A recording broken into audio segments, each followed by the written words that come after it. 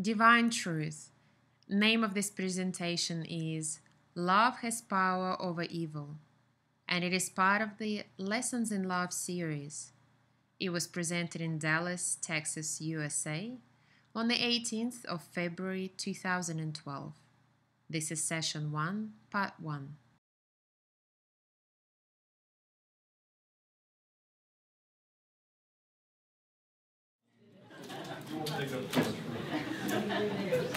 So did you get to know each other a little? Awesome. Very good.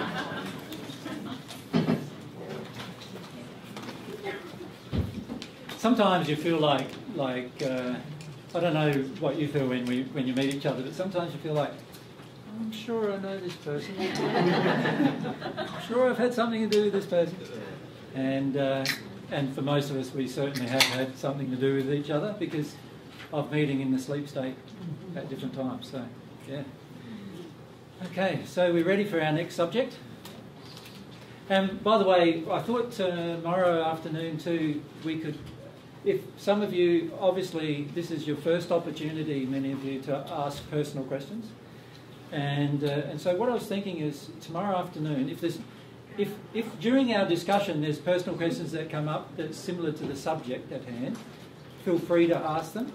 But if you find that there's not an opportunity, what we might try to do tomorrow afternoon is create an opportunity to answer some of your personal questions in the afternoon tomorrow. So that way we can have a mixture of different personal questions that can come up that hopefully gives you the opportunity to resolve some of those issues personally. So we thought that might be a good opportunity, being that this is the first time that we've met many of you and you haven't had those opportunities in the past. Okay. You're all fired up, Mike? Those little contraptions are pretty amazing, aren't they?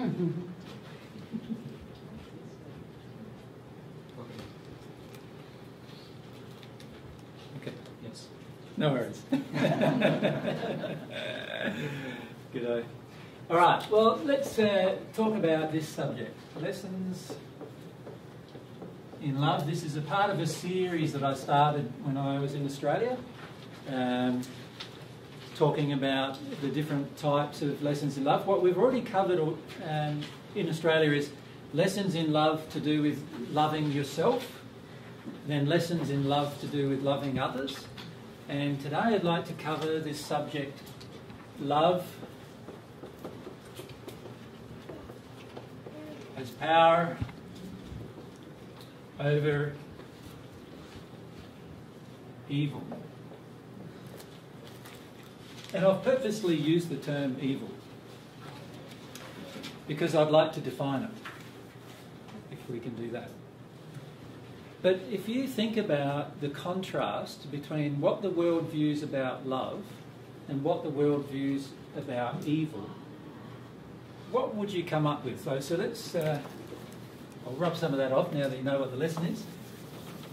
So if we compare what the world views of love and what the world's view of evil is in terms of their abilities to overcome the other, what are the basic beliefs can you see that the world has about, let's say, love firstly? Is love powerful enough to overcome evil? No. Most people in the world would say no. So what do they view love to be then? Sweet. So love is sweet, is it? Insipid, some would say. What else? Weak. Sorry, weak? Vulnerable? Caring. Caring?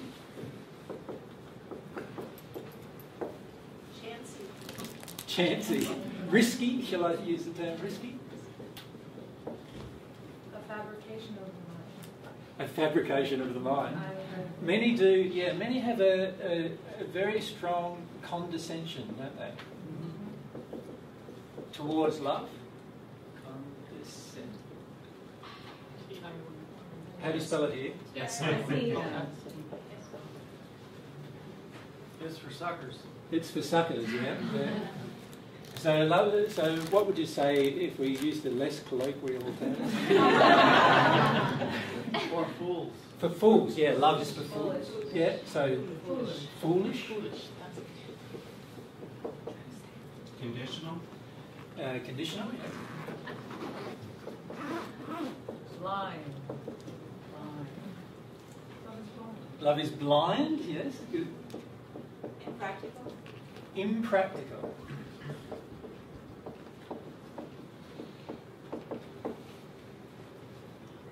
Not Power. Sorry? Power. Love is power. But does the world view that? Because if love was Well, power... the ego mind would say power was that you could force people to do things, but love is the power to create.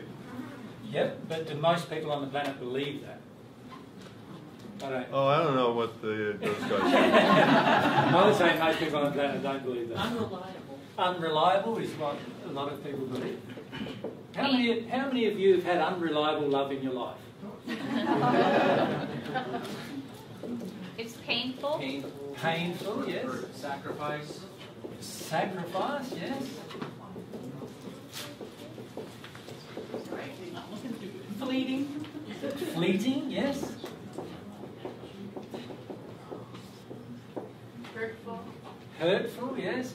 Love hurts. Irrational. Irrational, very good. Overwhelming. Overwhelming. Do most people let themselves ever be overwhelmed by love? Most people go, instead, what do they say? There's different things people say about not letting yourself be overwhelmed by love. Controlling. So if I just extend this idea a little bit first about how many of you allow yourselves to be overwhelmed by the love you feel on a day-to-day basis. So that would tell me that there is a different viewpoint of love than it being overwhelming. Does that make sense? So I do feel that for many of us, if we felt love fully, we would be overwhelmed. But most of us try to control that. We don't want to be overwhelmed. We want to be in control. Right? So there's issues there. Distancing. And do most people feel that? About love. I don't feel most people feel that. But Intercourse. sorry? Intercourse. So sex? Love is sex? Sex. Yeah. Right. Limited. Limited in lots of different ways, eh? Can you see we're starting to get a bit of a picture? Earned. Earned, yeah. So Sacrifice. sacrifice, yep, already there. Okay, so that's our view of love. Let's just rub evil out. Are you saying that you feel love is evil?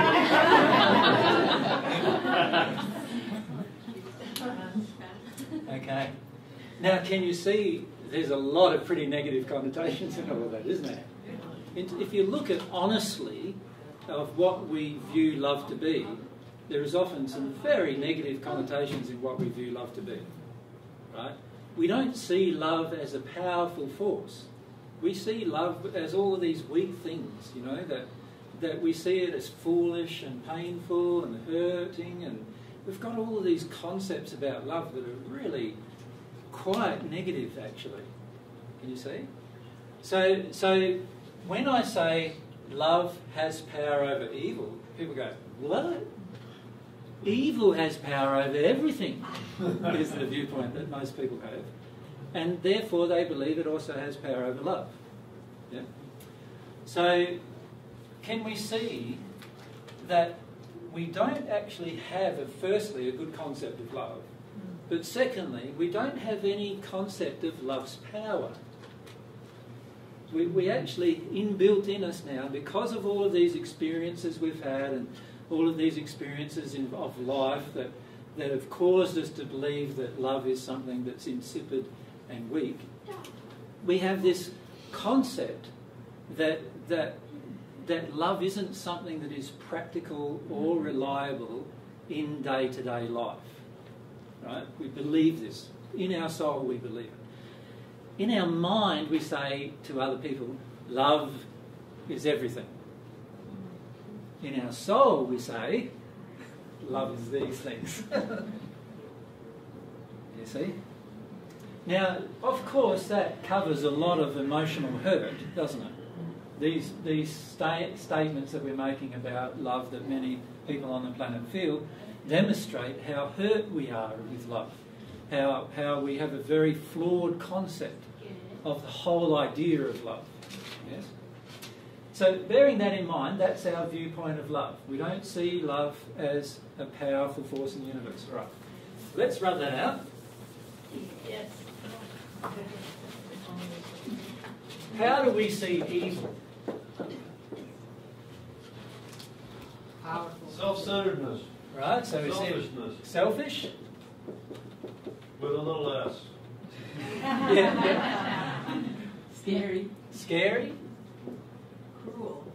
People. cruel, Powerful. powerful. Manipulative. Sorry, Manipulative. manipulative, Controlling. Good. controlling, Inevitable. inevitable.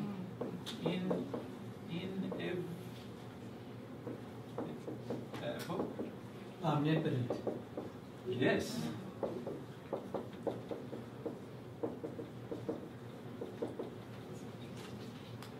Eternal.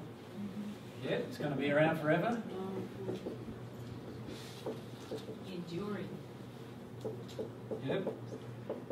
Victorious. Yeah. Dark. We're often totally petrified of it, are we not? Yeah. Yeah. Threatening.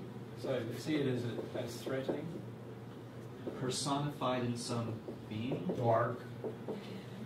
Right, so we relate things like the devil, demons to such a concept, don't we? Strong. Strong. Powerful.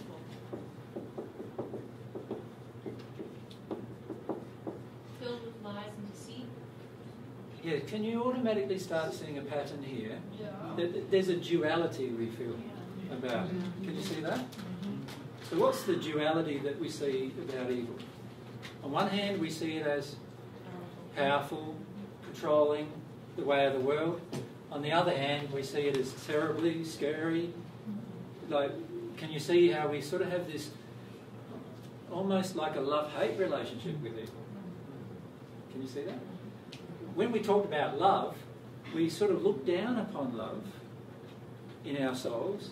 But when we talk about evil, can you see we almost have an adoration for it in some way, as well as a scary feeling whenever we think of it. So we sort of like we admire it, but at the same time hate it. Yes, that's how we often feel about evil. Okay. Now, can you see straight away that it's going to be very, very difficult for me if I have these concepts, the previous concept that was on the board about love, and this concept of evil, to ever believe that love has power over evil. You see? And my whole emotional state is going to be that I am going to be frightened at the thought that love could possibly have power over evil. I'm actually going to be terrified of accepting that concept. Because every bit of evidence that I think I've seen in my life seems to tell me the opposite. That evil is the thing that has power. That evil is the thing that controls. Evil is the thing that demands its acceptance. Okay. Now, evil relies, and if I define, perhaps we need to define evil, which we will in a minute, but I will just make a statement first, that evil relies on your fear of it in order to control you. Will you repeat that? Evil relies on your fear of evil to control you. If you were not afraid of evil, it could not control you. But for the majority of us, when we consider evil, we are terrified. So if we look at the base word, terror, it's a very interesting word that connotates a lot of things emotionally for us, doesn't it? Could we put dishonesty up there? Evil, yes, certainly we can add dishonesty. But let's look at the terror. What does the emotion of terror do? Shuts you down. Well, it does one of three things generally, depending on its severity. So what are those three things? Do you know? Fight, flight, freeze. Exactly. So fight, so fear causes you to either fight or flee or freeze.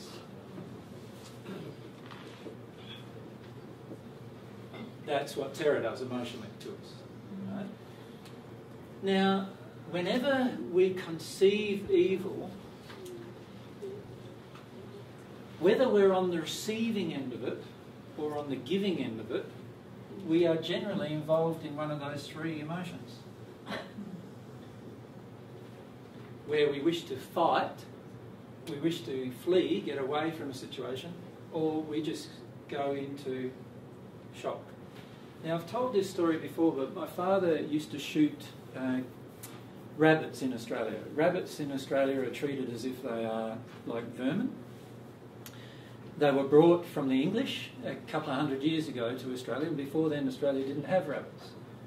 And so what happened was the rabbits, when they first came, they very, very rapidly multiplied, and there were literally billions of them in Australia, billions of them.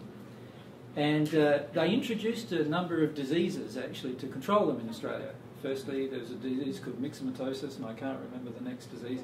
But these diseases killed billions of the rabbits in their holes, just to get rid of the rabbits. Because what the rabbits were doing was they were eating the bottom of all the trees, so much so that most of the trees, which weren't used to the rabbits doing so, most of the trees didn't have hard enough bark, and many of the trees died because they got ring-barked at the bottom of all of these trees. And a lot of the native flora that relied on, and the native fauna that relied on the ecosystem, died as a result. And so it became a big issue. As a result of that, many people in Australia have a deep hatred for any introduced species of animal, including rabbits. And my father is one of those. He had this hatred for it. Well, he just viewed them as vermin that he could shoot, and he used to go out shooting them most weekends, actually. And when I was a child, I used to ride the motorbike, and he used to be on the back with his .22 rifle shooting rabbits while I was riding the motorbike. But when I was younger than that, before I was born, in fact, he described how there were so many rabbits that what they decided to do was that instead of shooting them, which actually put a hole in their skin, which meant their pelt was no longer very, very valuable, and it also put a hole in the flesh, which meant that they couldn't sell the rabbit for food very, very easily. They had to cut off that area of flesh. So what they decided to do was to shoot over the top of the head of the rabbit. And the sound barrier crack would freeze the rabbit through terror. It would hear the sound barrier go, the bullet go past, the sound barrier crack of the bullet, and it would instantly freeze, and you could actually walk up and pick up the rabbit, and then they'd slit the rabbit's throat and bleed it or whatever. The terror of just that sound caused the rabbit to go into complete frozen state. Right? This is how many of us react to evil. We are so terrified of it that we're actually frozen in its presence. If we don't freeze, then we either attempt to do one of these other two things.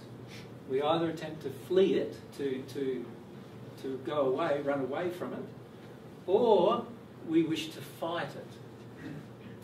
The irony is that if we respond to evil in any one of those three manners, evil will continue. So if you try to flee evil, it will follow you. If you try to fight evil, it will grow. And if you freeze, it also grows.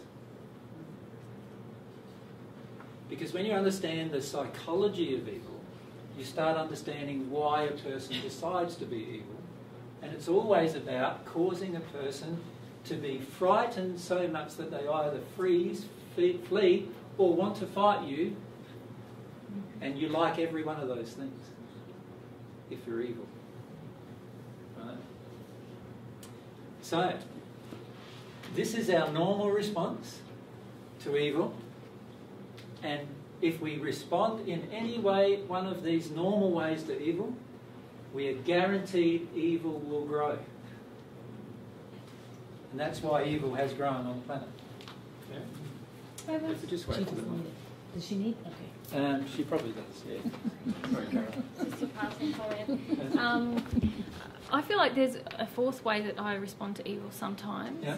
and that is possibly the worst. Denial. No, I try to placate the evil by getting approval. Like I actually join in something that is not loving for me, because I'm so frightened. I just want to do anything to stop the... How do you spell Yeah, placate? placate like that. Yeah. Yes. Yeah. Placate evil. So you placate it, Yeah. or try to pander to it. Yeah, I try and make it happy in order to go under the rate. Like, it's a fear response, I feel, Yeah. but I feel it's the most damaging response I can have for my own soul, because Yeah. I'm actually in some way joining the damaging thing. Yes, this idea of placating evil is a great way to avoid one of these emotions, or to avoid, in fact, this emotion. So what we finish up doing with evil on the planet is we justify its existence so much that we pander to it. Can you see how that happens in day-to-day life? You think of, when the terror attacks happened in 9/11, right? There was evil there. For the first time on United States soil, and this concept that a person would die just to harm others was for the first time acted out en masse. Yeah? Mind you, it had been happening many other times in the United States if you look at it, because what about the War of Independence? Isn't it sort of a similar concept? But unfortunately, we've taken this event and turned it into something a bit larger than perhaps it is. But in the process, we learned that, okay, evil exists. Somebody who conceived of that particular event obviously had a lot of evil within them, whoever it was that conceived of the event. And for that reason, we then decide that we're going to do something with it. Now, what was America's choice? To fight it. So that was America's choice. And what is the choice of somewhere like Iraq? What did they choose with that evil? Didn't they choose to placate it? Can you see that? Didn't they choose to support the people who were involved in it, placate it, like pander to the people who supported it? What about other countries in the Middle East? They felt the same, didn't they, at the time? And not only other countries in the Middle East, there were other things. What did other countries recommend? So United Nations, before the war actually occurred in Iraq, What did the United Nations recommend? Can you remember? They really recommended this, didn't they? Placating it. Yeah. So what I'm trying to illustrate is that every form of every response that mankind generally has to evil, every response that mankind has to evil is mostly about either doing these things. And has any of it eradicated evil? So that tells me that placating evil does not work. It tells me that going into a frozen state doesn't work. It tells me that fleeing it doesn't work because it just follows you. And it tells me that fighting it doesn't work either, because all that happens is evil grows when you fight it. So what works? Can you see why we believe nothing works and therefore evil is the most powerful thing? Can you see that?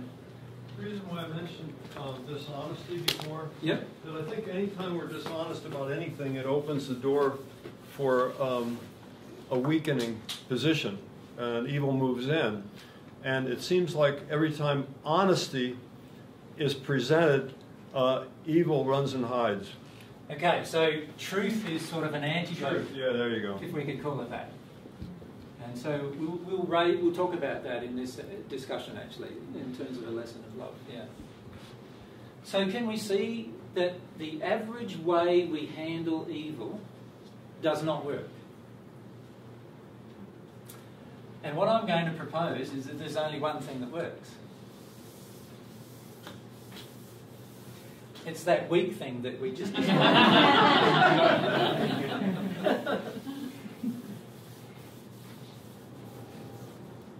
So let's look at love again. That's that thing. That's the only thing that works. Now, to understand how it works, we need to understand the psychology of evil. We need to understand how evil thinks. That makes sense, does it not?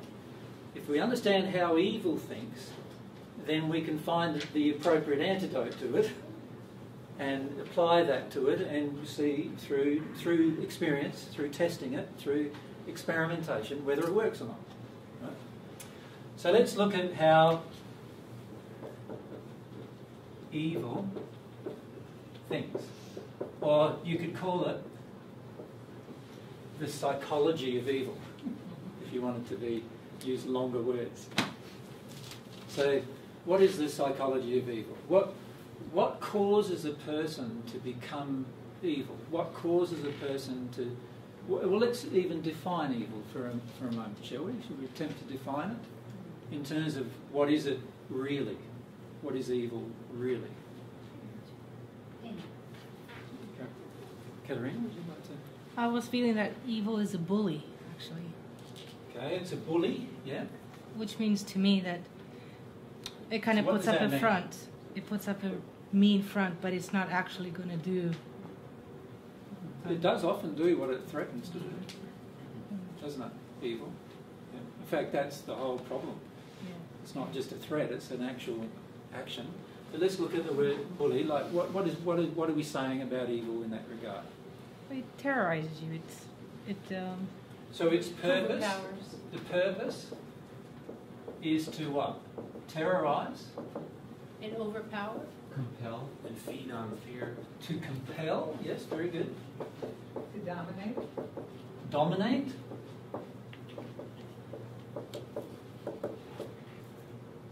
Control. Control.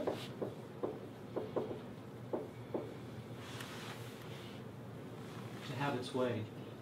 Yep, so it's demanding, isn't it? It demands its wants. To quell its own fears. Sorry? To quell its own fears. Yeah, but that's the underlying motivation of it, shall we say. To destroy. So we'll talk about the underlying motivation in a minute. To destroy. Destroy, yes, very important. And does it care whether it destroys the person who's evil or the other person? No. It's not often very selective, is it? Like, often you're destroying yourself while you're evil as well, and it doesn't seem to matter. Yeah. Anything else? Perhaps self-fulfillment, small self-fulfillment. In other words, it just doesn't care what it does to others as long as it gets what it wants. So let's call it selfish. Maybe? To hide the truth. So its object is to hide truth. Yeah. What about instant gratification? Very good. Yeah. Instant gratification. That's what it expects, isn't it? It expects you to meet its demands immediately. Yep.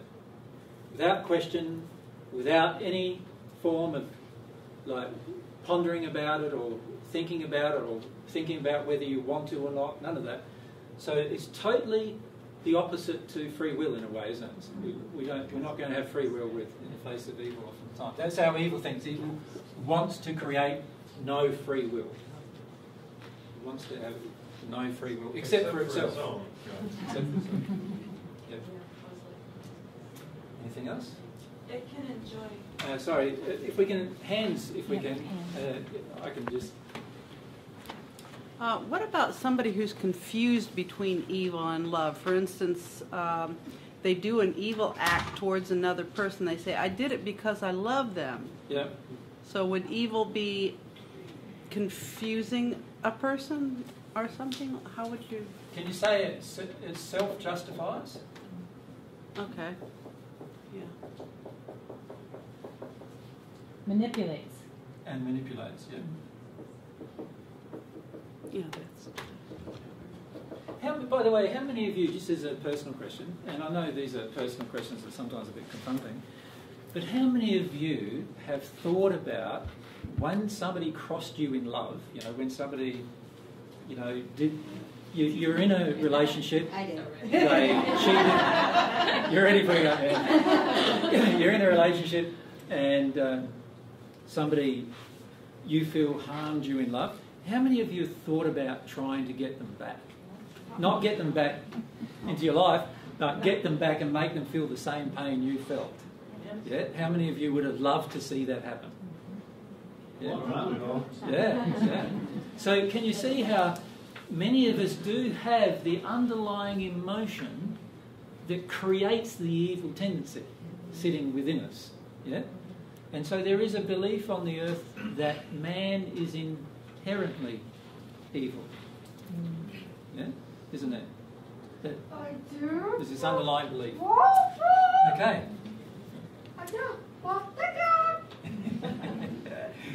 So that's the underlying feeling of evil.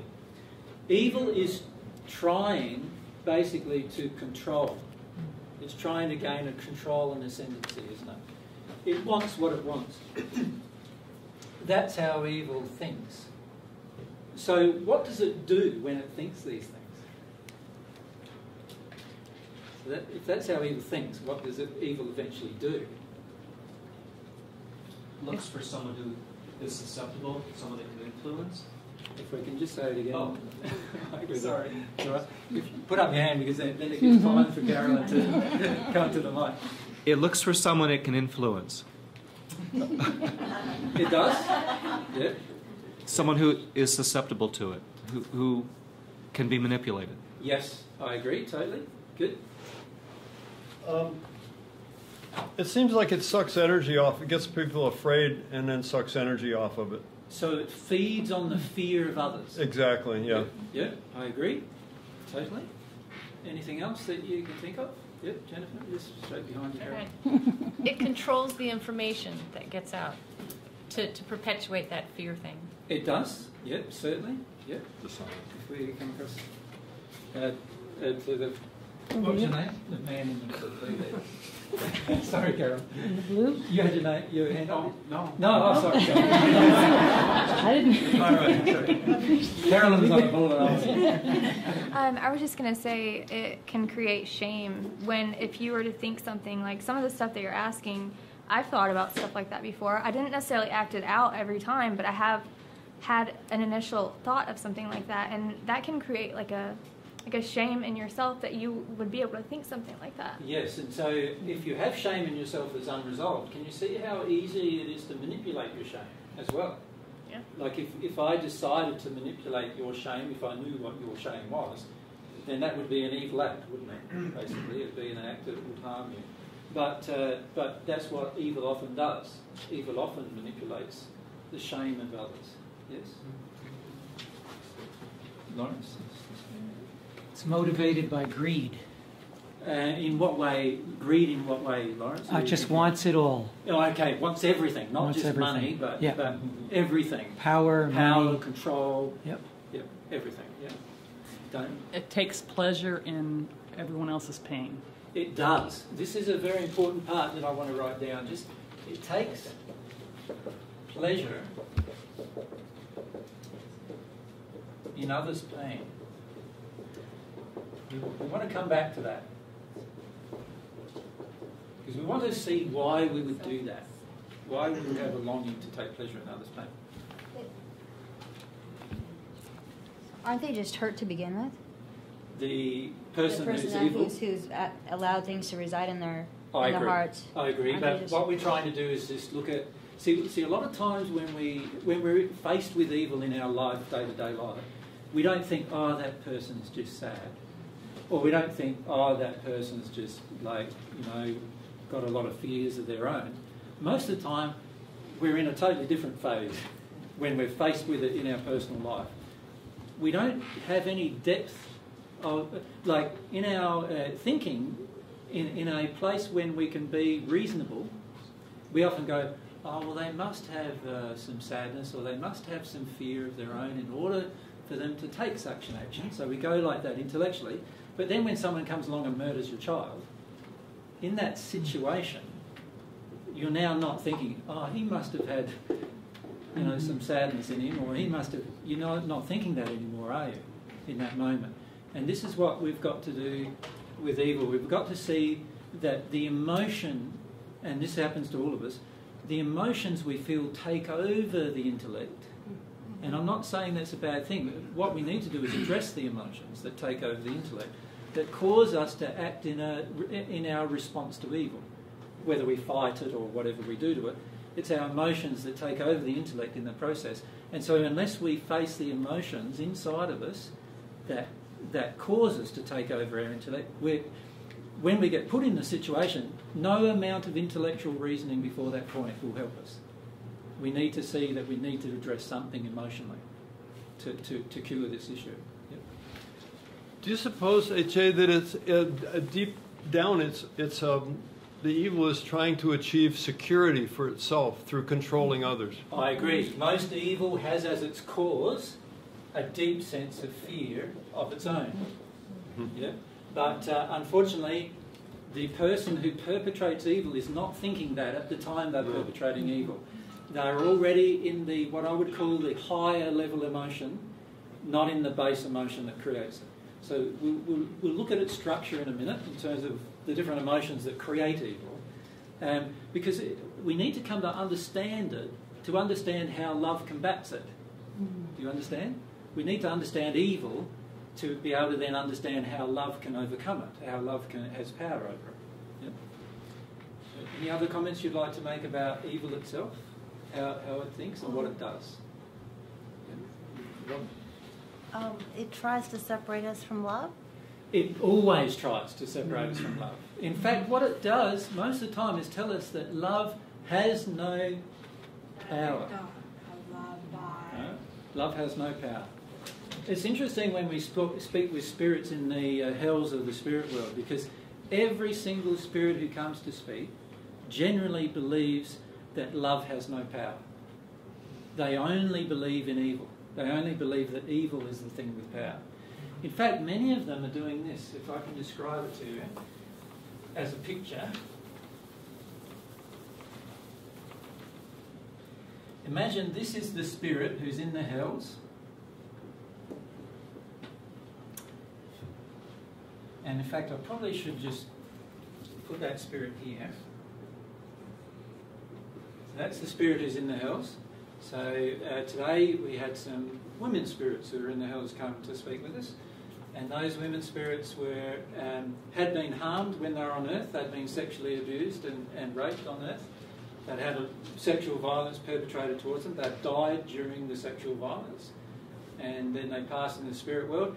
And they wanted to talk to us about evil, about why shouldn't they be continually afraid of evil.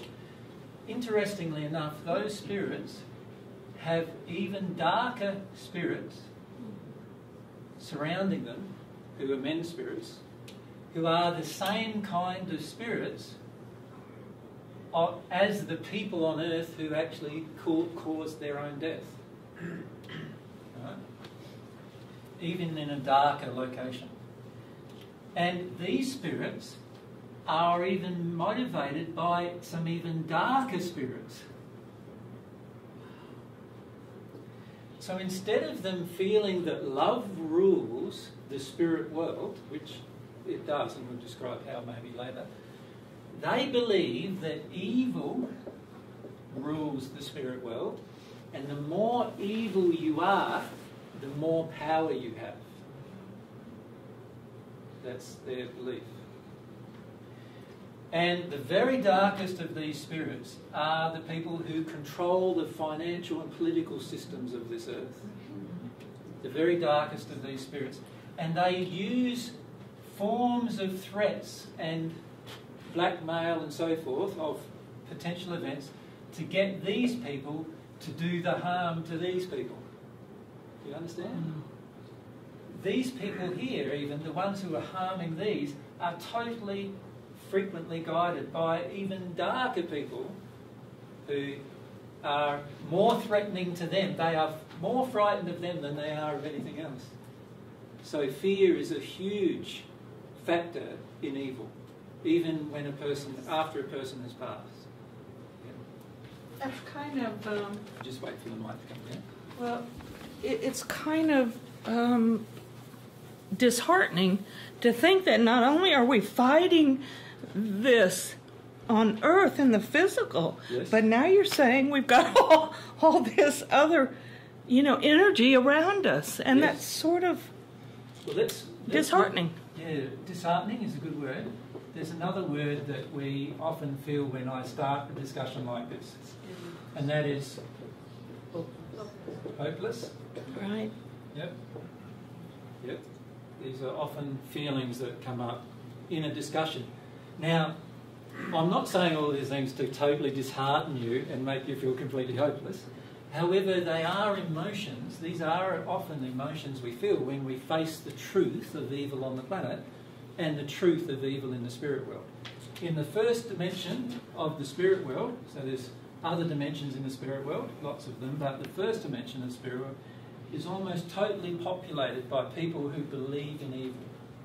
When I say believe in evil, their primary belief system is that evil is the most powerful force.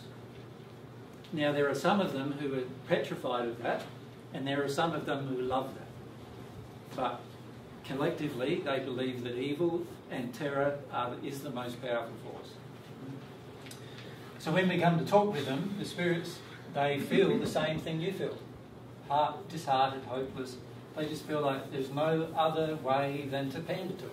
We have to pander to it, we have to fight it, we have to do something. One of those things that we mentioned earlier. Yeah. To stop ourselves from feeling those feelings, actually. Okay. So what do we do?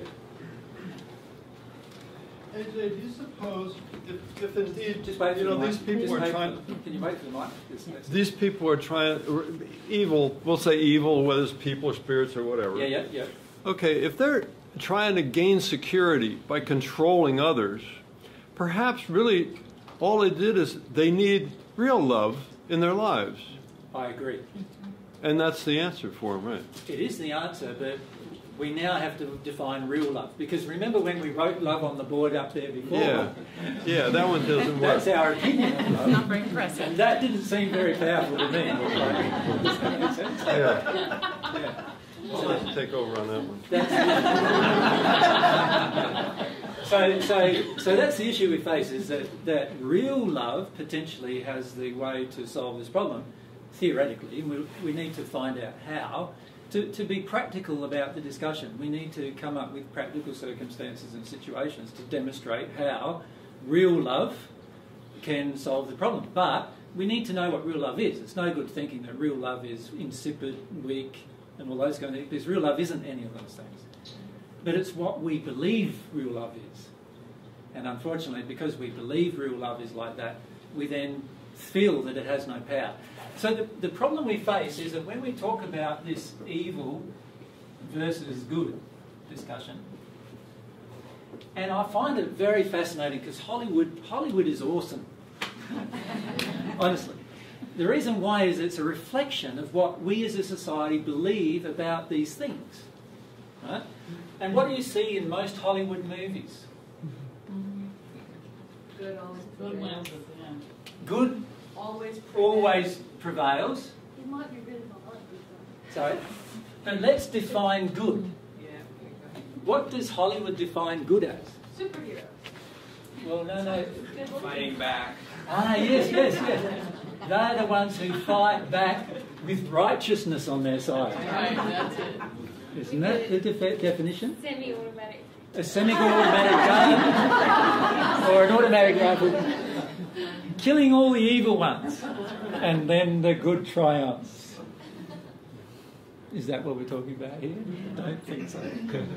All right, so even Hollywood's definition of good, I would actually classify as evil. And Ainsley, that's what I was feeling. Hey, can you wait for the mic, please? That's what I was feeling before about this placating issue. I feel almost in society it's such a common injury that we almost now laud things that are evil. We're so afraid that we kind of, these people that have power, like a lot of people who are regarded as celebrities, do some pretty dark things, but we almost worship them. And Hollywood is based on this: if I'm a big, strong man who's prone to violence, I'm actually hot. Yeah. And so I feel like there's this real societal that shows how much we want to placate to evil. Yes. Yeah. In fact, it's very interesting because even a lot of sexual attraction on Earth is not actually about true attraction, but it's actually about how much the man will protect me.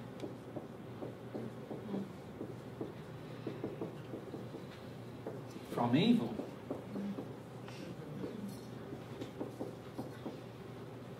Right? Isn't that interesting?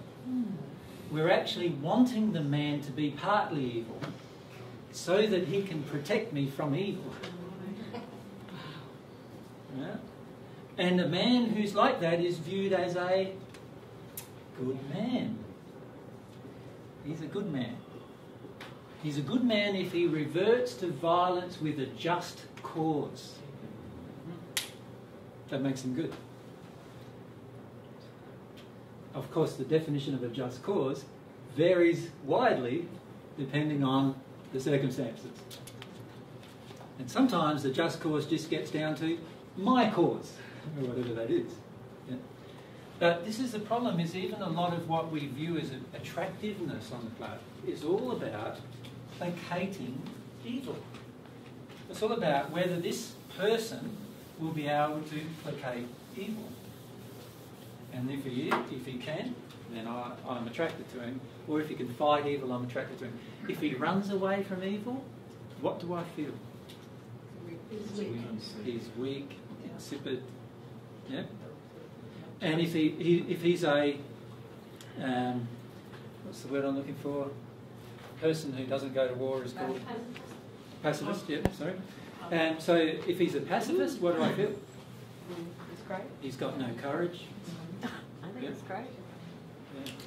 Do you know, in the Second World War, there were a group of people in your country, America, who refused to go to the Second World War. The majority of them got tarred and feathered and put in jail.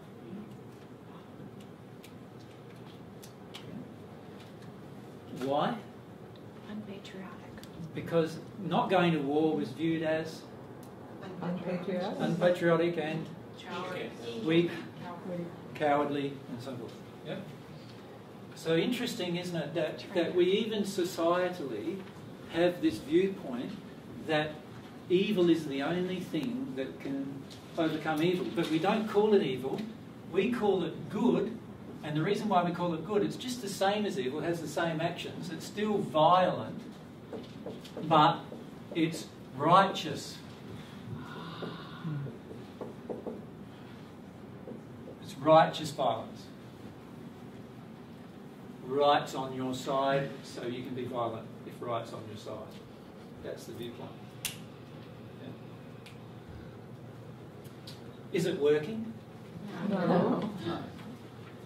So it doesn't work. But that's what we view it. That's what we view it as. It's interesting that if you compare evil with good for most people in their mind, both of them are violent, but one is unrighteous. In other words, one of them is defined as wrong.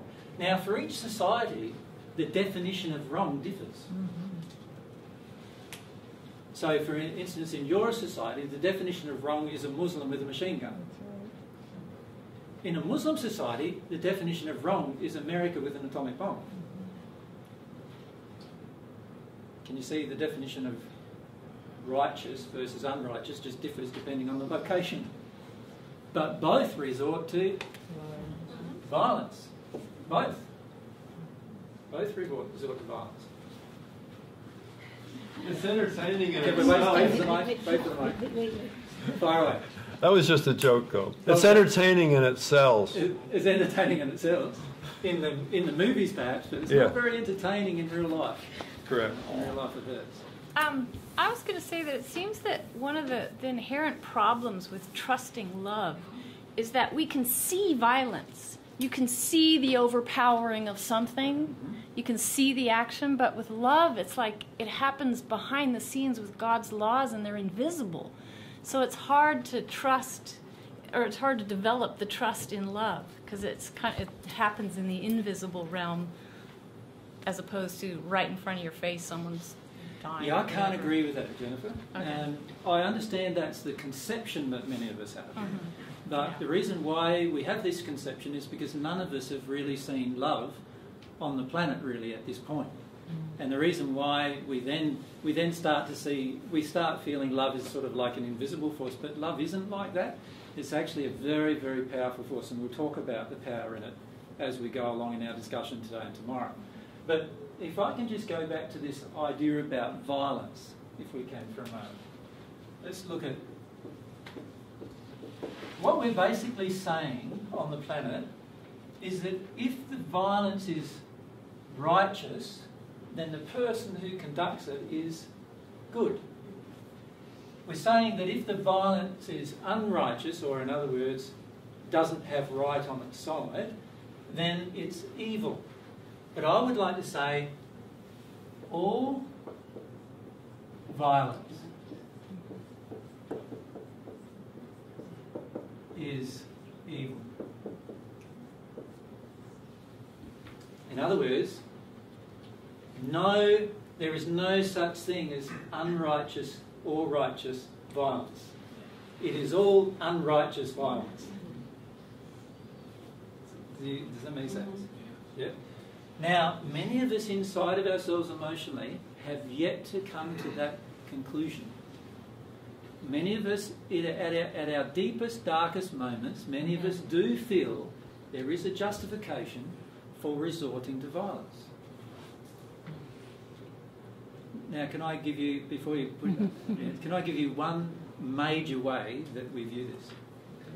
For those of you who've had children, if someone come along and harmed your child, how would you feel?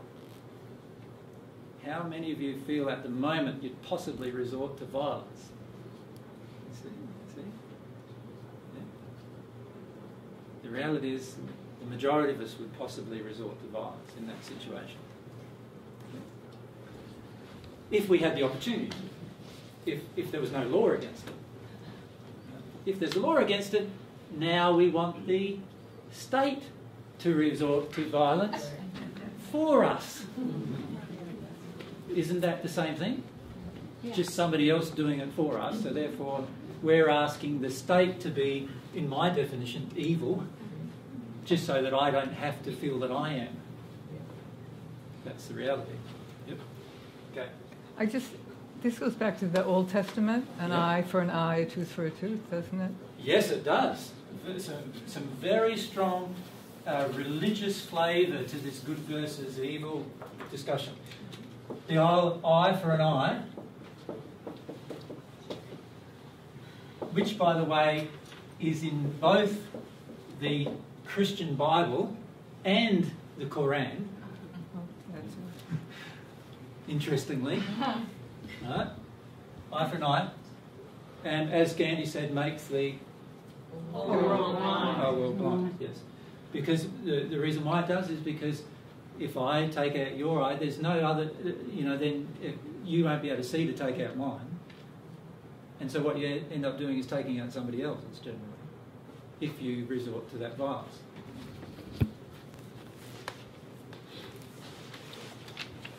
You probably can define violence, but so in that case there, evil versus good, if you stop violence, is that violence? If you like someone you said is harming your child or something like that. Yep. If you stop them, is that violence? When you say, is that what you're saying? When you stop them, what do you mean by stopping them? I don't know. Someone's going to throw a rock at them, and you stop them from throwing the rock. So however you stop them, is that violence also? Is that what you're saying? You grab their arm and, peel the rock out of their hand, say. So that's just a small example. That's but restriction. Okay, so that's not violence. Well, it depends how far you take it, doesn't it? I suppose it does, but, So- how far do you take it to say that you're reacting or the good guy is reacting with violence? Yeah, it's a very good question, and we'll discuss that question. Okay. Yeah, it's a very good question. Because the reality is, for the majority of us, we feel there should be some form of restriction of an evil act. That's Well, right. if you're saying that any restriction, you're not saying that restriction is violent then? Depends how it's how it's done. Yep. So if restriction is dropping an atomic bomb on somebody, then of course that's very violent. If restriction is get out an automatic weapon or a knife or something else, then that's violent. But restriction can take other forms. Yeah. So I'm not saying that it's not an unloving act. I'm using too many knots there. Yeah. So, and I'll try and put it clearer. And I'm not saying that if we restrict a person, that is an act of violence. I'm saying that how we restrict the person can be an act of violence, depending on what we choose to do. So, for example, placing a person in a prison because they have been violent to society is not an act of violence. Placing the person in a prison without giving them any assistance to change is more of an act of violence towards the person. So it just depends on the degree of what we take as to what becomes violent or not in terms of our actions. And so, and we can get to a discussion about defining violence, but I'm just using some sort of fairly free, open sort of concepts at this point to discuss how we view evil more than what kind of individual action we take in individual circumstances at this point.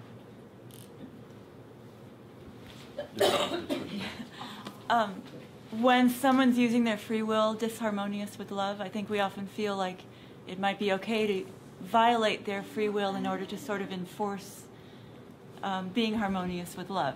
But if that makes sense. But the truth is that any violation of free will is disharmonious with love. So you can't do that. I don't agree with that. You don't? No. Not under all circumstances. Because if the person exercises, like if you look at a society on Earth If a person exercises their free will in order to harm others, then they're not respecting the fact that the other's free will are now being impacted. So the issue becomes an issue of balance. Do you understand by what I mean by balance? If I'm harming your will, then I should not expect to not have my own will restricted. That would be a just thing, would it not? Okay. So I can't expect to not have my own will restricted if I'm harming your will. Right? And I don't feel that's a fair thing to expect. Mind you, a lot of people on earth expect it, but it's not a fair thing to expect. If I harm your will, surely a society that has love as its primary goal would then look at restricting my will so that your will cannot be harmed. But it's how we go about the restriction that is the issue. Yeah? And this also applies to countries. Right? So, for example, at the moment in Africa, in the Sudan, for example, there are literally like millions of displaced people who are displaced because of the violence surrounding them, and they've removed themselves from that violence, they've fled from that violence, and they are now in camps on the borders of Sudan, or in other countries like Chad and so forth around Sudan. Now, at face value, it appears that the way to resolve this problem would be to somehow restrict the people who are being violent towards those people. But there are a number of very highly effective other alternatives that we are as a society unwilling to take, that actually would be more loving to both parties. So, for example, one thing would be don't supply guns to the people who are being violent. That would be a restriction that if the US government chose to take, the US government is the largest arms manufacturer on earth. If it chose to take that one restriction, right, then it would automatically severely restrict or curtail their activity. Right? Second thing is if every government on the planet who was in a peaceful state chose to airlift all of those victims of the violence to their country with no restriction, then there'd be nobody for those particular people to harm, would there not? They'd either have to harm themselves or search for something else to do. But they've got no guns now to do it with, and they've got no people to harm either. But why don't we accept them? Why don't we, in other countries who are well off and affluent, accept the people who are being harmed? Because we have our own fears of a lack of abundance and so forth that cause us to take the action that we feel we can't actually airlift them out. We have, on the planet, we have the resources to airlift millions of people if we wanted to, within a few weeks. Like, if we really were concerned about resolving the issue. But the reality is the majority of us are not really concerned about resolving the issue because we're worried about how this issue may pan out if we resolve it. We're not willing to take action because of fear. A lot of it's our own fear of our own lack of abundance. So what I'm suggesting is, if we're looking at practical solutions, which you raised, if you look at practical solutions, there are many practical solutions that can restrict the people who are being violent. That doesn't mean killing them, and it doesn't mean like physically harming them. But there are many practical solutions that we can take that would severely curtail their activity. But the problem on the planet is we have a lot of governments which are our own creation. We're the people that create the governments that actually do not wish to curtail their activity because they have their own agendas in place. And some of their own agendas is we want to sell arms. A third of your economy here, 1/3 of your economy is about arms manufacture. If the American government decided today to never make another gun, tank, bomb, whatever, 1/3 of your economy would just fall, the bottom of your economy would just fall out of itself. Are you prepared for that? You see, the majority aren't. And the government knows that. You see? Now, if you look at the 5 biggest arms gun runners on the planet, they are all governments. Every one of them is government. The United States government, the Russian government are the 2 biggest. The Chinese government, the French government, the German government. They're all governments. Right? They are all governments providing the arms to the people who are perpetrating violence. Right? And so there's a huge national and worldwide movement on the part of Western nations in particular to perpetrate violence in order to sell these arms.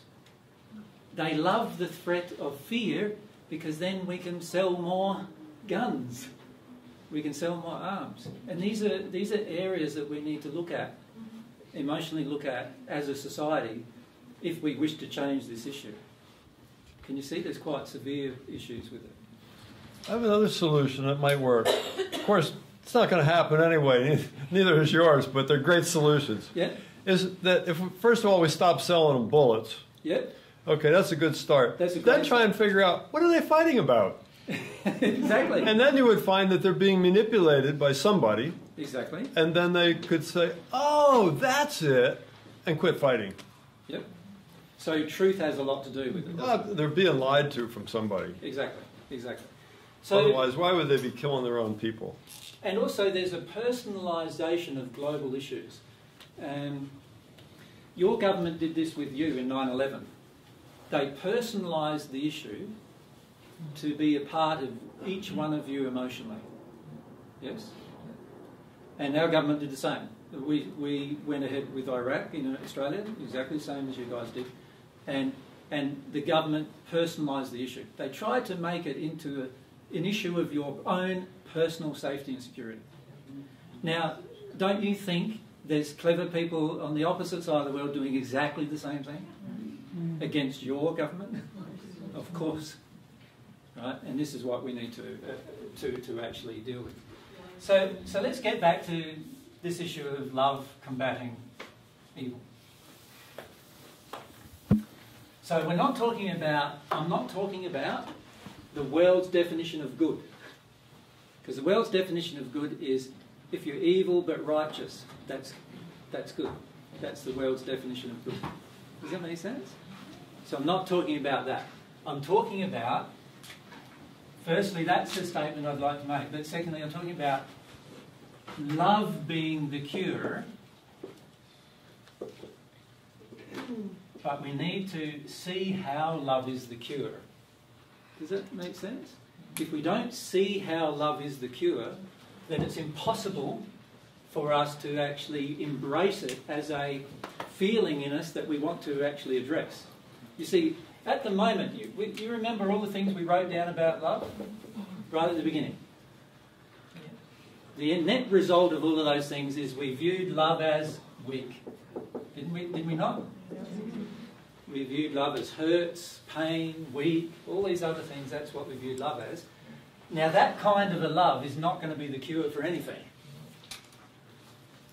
It's not going to be the cure for our own unhappiness, let alone the unhappiness of the world. Right? We need to actually see what kind of a love is going to be required to cure these problems. That makes sense, doesn't it? Yeah. Okay.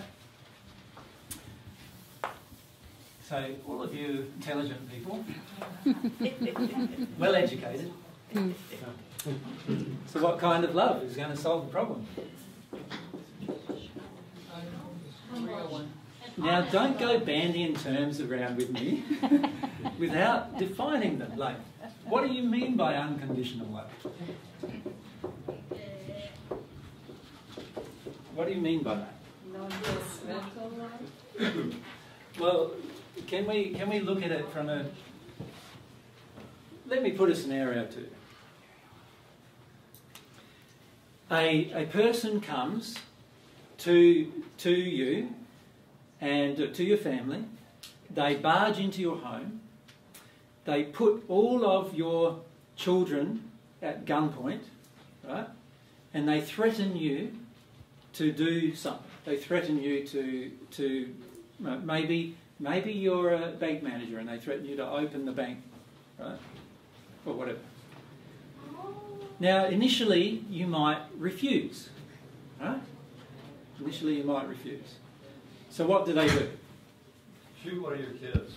Well, they might just threaten to shoot one of your kids. Right? They might just threaten to shoot one of your kids. Now, the threat causes what emotions in you? Fear. Anger. Right? Desire for revenge, perhaps. Right? But bearing in mind the guy's got the gun and he's threatening, he seems serious, he's threatening to shoot your child, what would you probably do in the moment? Submit. You'd probably submit, yes? You'd probably submit to his demand.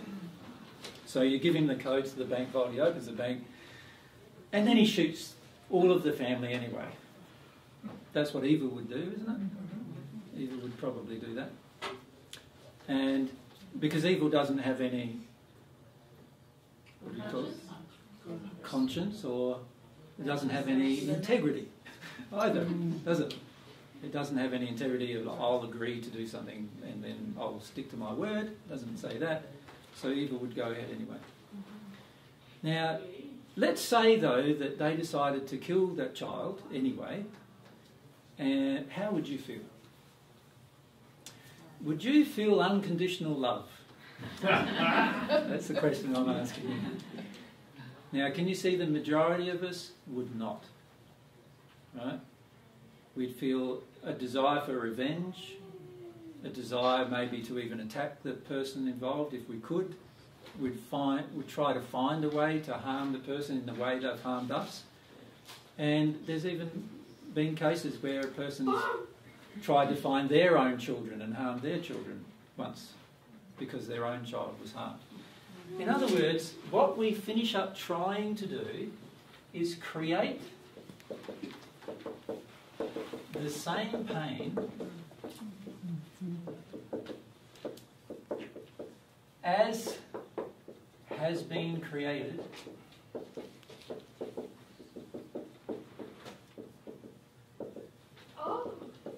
in ourselves. Now, why would we choose to do such a thing? Why would we choose to create the same pain in another person as what has been already created in us?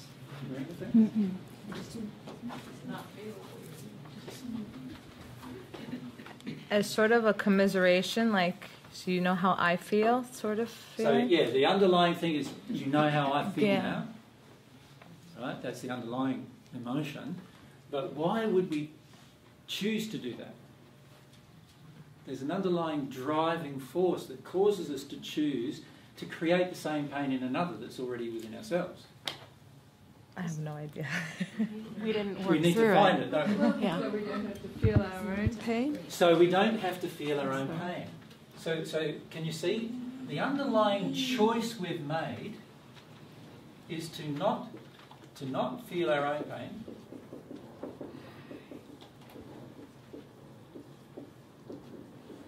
but to make somebody else feel it. To put the pain on somebody else. Right? To force another to feel the pain. And we want them to feel the same type of pain most of the time, don't we? I don't know if you remember the speech that President Bush gave after 9/11. Can you remember he actually included words very similar to that? That we are going to force the other person, the people who perpetrated this, are going to regret their choices, basically. We're going to perpetrate the same kind of pain. Now, is that unconditional love? No. Okay. But that is what most of us feel. Most of us feel that we'd like to do that if we're honest with ourselves. You see?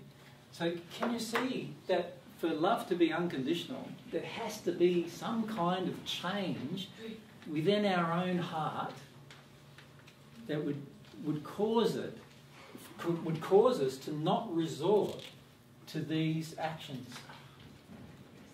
Can you see that? Yeah. So, what we're going to do tomorrow is discuss some things about real love and some basic principles about real love that can overcome all evil. Right? We're going to break them, if we get the time, we're going to break them firstly into love of self. There's some areas of love of self that we need to embrace if we're going to prevent evil. There is also some issues that we need to raise regarding love of others that we need to embrace if we're going to prevent evil. And we are also going to need to have a love of truth in order to prevent evil. Now you notice that we don't necessarily need a love of God to prevent evil. In the sixth dimension of the spirit world, there are many spirits who don't believe in God at all. And yet, the sixth dimension is a place where there is no evil. Right? So you don't necessarily need God's love to prevent evil. However, if you have love of God enter your heart, you actually automatically grow in that area, and in that area. So if God's love enters your heart, you can automatically change in how much love you have of yourself, how much love you have of others, and how much love you have of the truth. And so therefore, receiving the love of God can actually do a great deal to change this concept of evil on the planet and turn it around, to actually learn how to love. So what I would like for you guys to do, if you feel up to it tonight, is to have a bit of a think about what love of self really means and how the proper love of self would combat evil, what love of others really means and how the love of others would combat evil, and what love of truth really means and how that would combat evil. You reckon you could do that? Yeah. And we can, tomorrow at 10, we can come up with some ideas about, that you've come up with regard to what the love of self and love of others and love of truth really means to us. And what we would like to do is to put it to the test in like some example situations. Does that make sense? To see what would happen if we were confronted with evil and we decided to follow some of the advice you want to give tomorrow. Yeah? And if we can do that, I reckon we'll finish up understanding at a lot more soul level the power of love over evil. Yeah, I have a question. Yep. Regarding evil and violence. And if we eat meat, is it already some kind of violence? Because we also the reason why animals get slaughtered and so you're saying raised in a way which is very unloving? Is that violence? Yeah, also a part of violence, yeah. Yeah, certainly. We'll talk about that. Yeah. Yeah. Mm-hmm. So is eating meat. And what's that book, babe, that guy? It's called Eating Animals. Eating Animals, yeah. Who's it by? Jonathan Safran Foer. He's an American, isn't he? Yeah. There's a really good book actually called Eating Animals. He's a PhD, isn't he? Yeah, I think he is. Do you remember his name? Jonathan. O'Brien, is it? No. Safran Foer, F-R-O-E-R, I think it is, or U-R. Well, I'll give you the right details tomorrow. Yeah. Yeah. It's a very good book, by the way. There's lots of statistics in it about the relationship to killing animals and killing humans. There's a lot of relationships you'll find. So he has all of this statistical analysis, literally 30 years of research that he's done, and heaps of research in China and other places as well about the health and all. It's a very fascinating read anyway. But I agree, Rita, that there is certainly issues of these things in the issue with regard to even eating meat. And certainly if a society eats meat easily, there is certainly a larger tendency to violence in the society, which is an interesting correlation. Yeah. Thank you. Statistically, it's actually proven that there is a larger incidence of violence in societies that eat meat.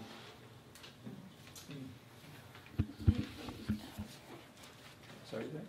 When you're closing, I just want to... Isn't there a correlation between circumcision and violence in society as well? Yes, of course there is. There's quite a lot of correlations to violence perpetrated towards males in their childhood and how violence comes out as adults, certainly. Yeah. There is also a larger incidence of violence of men that have been brought up by mothers. Men that have been brought up with only mothers in the household, no father in the household, have a larger incidence of violence. 94%, I think it is, in the States. 94% of men in prison for violent crimes have been brought up by mothers. Interesting. It's interesting. Yeah, just go back for a minute to evil. Yep. It's kind of a two-piece thing I wanted to say. One is, so like the whole New Age movement talks about, like, they sort of minimize that evil is even real kind of a thing. Yes, which is so huge. Yeah. So there's this like relief about like, okay, this is real. And then part two is the reason that we have evil, does that come from self-reliance? The underlying core belief, yes, is all to do with self-reliance. But we need to see the structure of self-reliance, which was one thing I'd hope to achieve tomorrow with you, is to help you understand the structure of self-reliance and how it infects every aspect of our belief systems. And there is also a lot of information that, if you think about it tonight a bit as well, if you think about how evil itself is created through the actions of others who are not either loving themselves, loving others, or loving the truth at the time. So if you can have a think about that as well. So we've all created evil. Sorry? We've created evil. And mankind has created evil. Yes. God created the potential of its existence by creating free will. So free will, which is a gift given to us as beings that if we didn't have free will, we would all be robots. Right? So God had a choice to create robots or create free will, sentient thinking beings. But the problem with creating a free will is that there is the potential for the person to use their free will in a violent manner. And all these spirits sitting in the hells that want to keep perpetuating evil. Yep. So we need to know that they're there, but their purpose is because they don't want to deal with their emotion, and so they keep wanting to sort of infect the humankind. Well, what we'd like to do tomorrow is analyse their purpose. Okay. Does that make sense? So rather than sort of jumping to a conclusion, what we'd like to do is, through your own investigation, we want to look at these areas of love and go, okay, in these areas of love, how is it that it results in evil if a person doesn't feel a certain thing or doesn't, what the things that you come up with in terms of what is a love of self and what is love of others and what is love of truth, and then what we need to do is find a correlation between those loves and how they would actually physically combat evil if we actually lived those loves. So remember when we started this discussion today, that when I wrote down love on the board and then asked you for the world's idea of what love is and what are the different emotions you feel about love, almost all of the emotions that came up were all about weakness and insipidness and all of these other types of feelings. So the reality is the majority of us have this idea still that love isn't very powerful. We have this idea that love is weak, easy to manipulate, easy to control. We see love as a problem, really, do we not? So the issue we face then is if we believe love is a problem, then we're not having a very good definition of love. So what I'm asking you to do tonight is to look at your own definition of what love of self means. See, some people would say love of self means getting whatever I want whenever I want it. Now, I would say that's not what love of self means. But we need to look at and examine our own definitions of love. The reason why we need to do that is we often justify actions that are violent based on love. So I would say we often justify evil based on love. And obviously it's not love then if it's justifying evil. So we need to have a good examination of ourselves in this process. So what I'd like to do tomorrow, and we might get a chance, we'll definitely get a chance to look at those, the love of self, and hopefully we'll get a chance to look at those. I would like to look at it all, but in 2 hours or so tomorrow that we have the chance to do it, there are so many things to discuss in that area where the principles, the true principles of love, have the ability to cure all evil on the planet, actually. And if we can, but we need to understand what that real love is. And so the problem with evil is really a problem with how to love. I feel so, yes. Okay. Yes. The two are correlated because when we examine at the beginning, do you remember at the beginning we saw that most of us believe love has no power. Right. And most of us believe that evil is the only thing with power. And because of this basic underlying belief that we have, when we consider love combating evil, we go, well, how is that going to be the case? We don't believe it can be. And that's part of our issue. So part of our problem is what we define love to be. Right? Right. And that's part of our problem. And that's the reason why we've never seen evil combated on the planet. So over the hundreds of thousands of years now that men have been on the planet, what we see is this belief that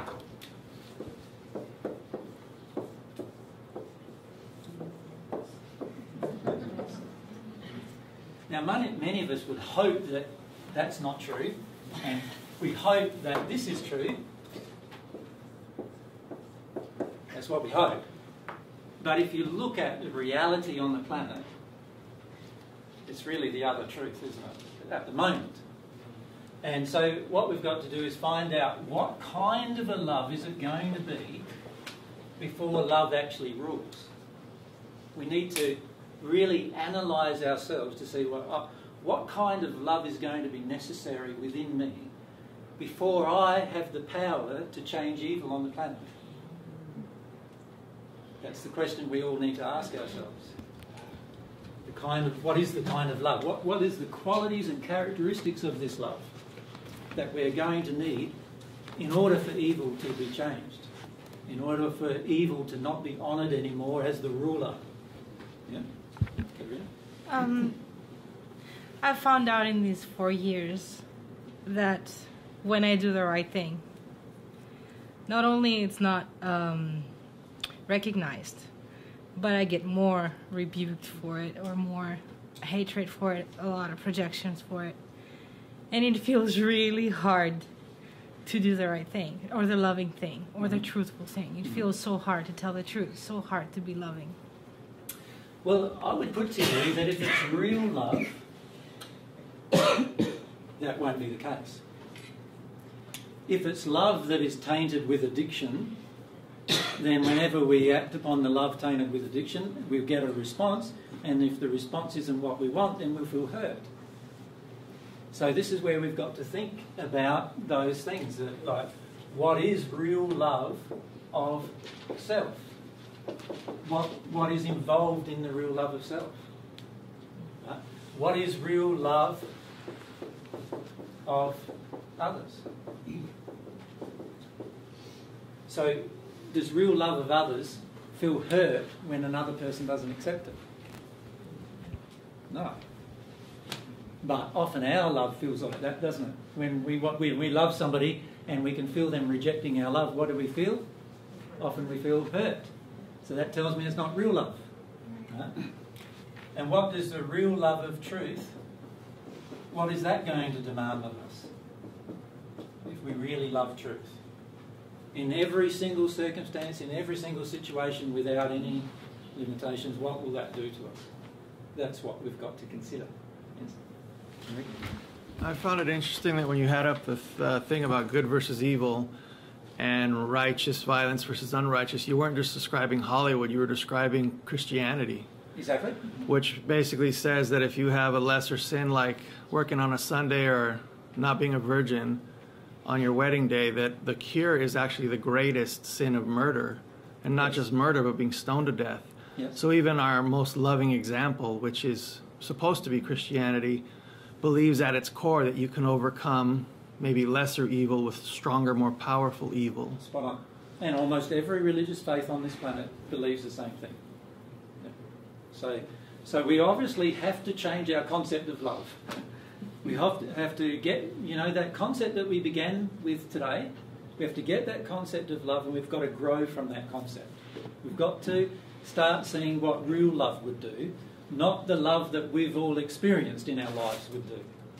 See, the love we've all experienced in our lives has very many limitations, and it's not the love we're talking about that's able to control, that's able to look after and eventually eradicate evil. We're going to need a different type of love. So what we need to do is discover what type of love it is that we're going to need. How this type of love, this new type of love, has more power than any other force.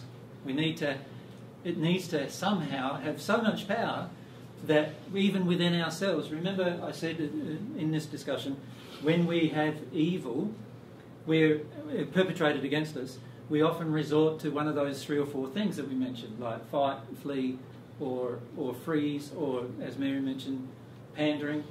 And the real love has to be greater than those things as well, doesn't it, for it to be effective? So how are we going to get it? How is it going to... It needs to be something that changes in here too. It can't be an intellectual response, because the problem with an intellectual response is you put us in a stressful situation and all the intellect that we had up until then goes out the window. Right? In a stressful situation, what is really in your soul is going to be the driving force. So the real love that we need needs to be something that transforms us in our heart so much that it drives our very action even under stress. So even if we're stressed out, it'll still drive the same action. Does that make sense? So that's the kind of love that I'd like you to think about. What kind of love are we going to need that it's so strong that evil will not prevail against it? Does that make sense? Would you be able to do that? Yeah. That'd be great. I'd like to thank you guys today for your time in particular. Sure. Okay. Is it on the subject or a different? No, I think it is. Yeah. This is the first time I got word of this yesterday. This is my first time to ever visit, so I'm a little, and I think it's such a neat message about love. Yeah. I got derailed by a couple of things that you said that I was confused about, and the first one was, and just 2 things. The first one was spirit friends, and you said something about a 6th dimension, and I'm confused. Okay. My suggestion for anybody who's confused about some of the terms that I've just used, is to watch a video that's on YouTube. Okay. That I've done. It's called The Secrets of the Universe.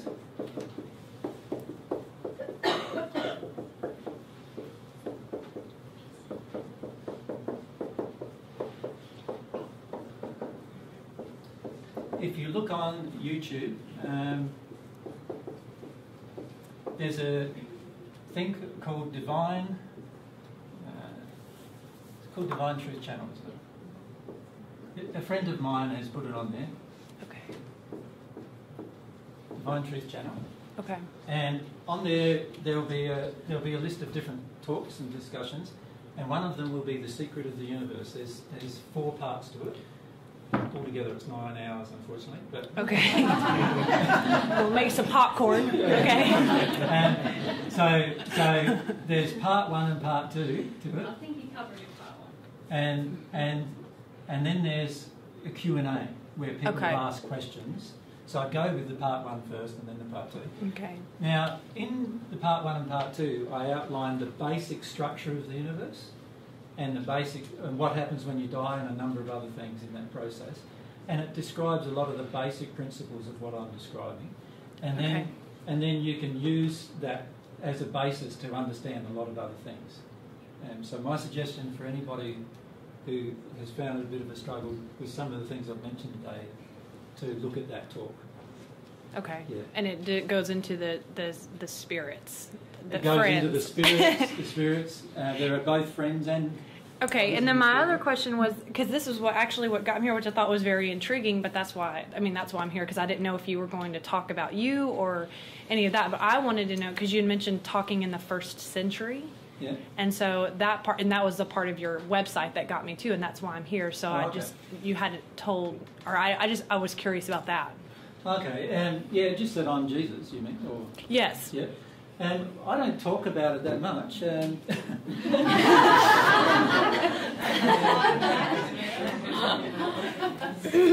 comparison with all the talks that I've given, that's not something that's... There are talks that I've given that are on the YouTube site that are about being Jesus. And there are also... there's also some interviews that are present there that probably listen to. The Jeff Whitehead interview, it's on YouTube as well. Okay. It's called Jeff Whitehead. Just is a school teacher in Australia. Okay. Who interviewed myself and Mary, and in that interview he just asked me some basic questions. It's the first session, session 1. And he just asked me some basic questions about my identity and all those kind of things that you'd probably pay to watch as well. Okay. Yeah. And in terms of from my perspective, it's not an important issue. It's obviously an important issue for me because I know who I am, but I don't feel it's an important issue for other people. Oh, it was huge for me if that were the truth. Growing up, knowing and accepting Christ as my personal Lord and Savior, that would be huge. So to, you knew, because you knew about Christianity and of course, what we learn about here, how it is, and then obviously how this goes off with the Bible, which I was taught was the truth. That's why I was so intrigued. I just wanted to know what that, obviously that's why I'm here. Yep, no worries. Well, if you listen to that interview, because many of the other people have already done that, so that's why I guess that. So if you listen to that interview, you'll get a background of what I'm saying about my identity, and if you listen to that, presentation, you'll get a background of the basic teachings that I'm teaching in terms of a very quick overview of all the teachings. Okay. And then on YouTube, there's I think there's about 500 hours or so of other talks, but I'm not suggesting you listen. Okay. Okay. But that'll give you an idea, and this will give you an idea of what I'm saying, rather than addressing it now. Yeah. Okay. Yeah. Okay. Right? No, I appreciate it. Thank you. That sequence is in 2010, right? This one, was in... No, in 2009 in September. Is it? No, so... Oh, it's 2010. I think it was 10, wasn't it? Yeah, it was 2010. Yeah, it was 2010. In September. I think the date of it is... 26 and 27. 26. It's not by 2010. I have 09. Anyway, see, you can see how some of them are and they know which better way. But I think it's 2010, 09, 26, which is 26th of September 2010. Oh, okay. Is that one? That's the one to probably listen to, and then the question and answer the next day. What happened was there was 200 people in an audience who listened to the presentation, and on the next day many of them came along and asked lots of questions about it. So the Q&A is their questions. And that was in Australia. That was so I was in the wrong country. Got it. Okay. All right. I've given the same talk in the States many times, actually. I was in Florida. This is 2008. And gave a talk to quite a lot of people. In fact, we did a series of talks in Florida. Have you thought about coming back and doing it again? And myself and Mary just respond to the desires of people in an area. We don't. So we don't market anything. We don't we go by donations because Right. that's the only way we can travel, and so we've got no way of gauging an interest in a location until somebody actually tells us that they're interested, and then we come based on the desires of people. That's where we go everywhere in the world, basically. So in this trip here, we've been to Athens, to London, and to Sweden and Gothenburg, and they're all from people who have just asked us to come, basically. Okay. Yeah. So we can come back to places. It just depends on how much people want us to, basically. Okay. And our personal circumstances, of course. Okay. Yeah. So, yeah, we do that. We do that all the time in Australia too. So we go around different places in Australia as well. Yeah.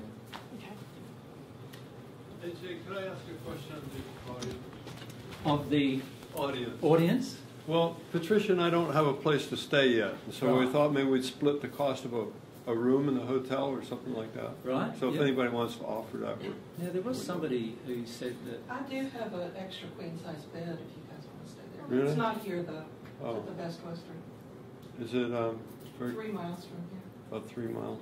I won't get lost finding it. You can follow me. Okay. Does anybody have a room here in the hotel? A lot of them here are taken up, I think. Yeah. Okay. Well, we'd sure like to hook up with you. Okay. Thank you. Okay. Thank you for your time with us today.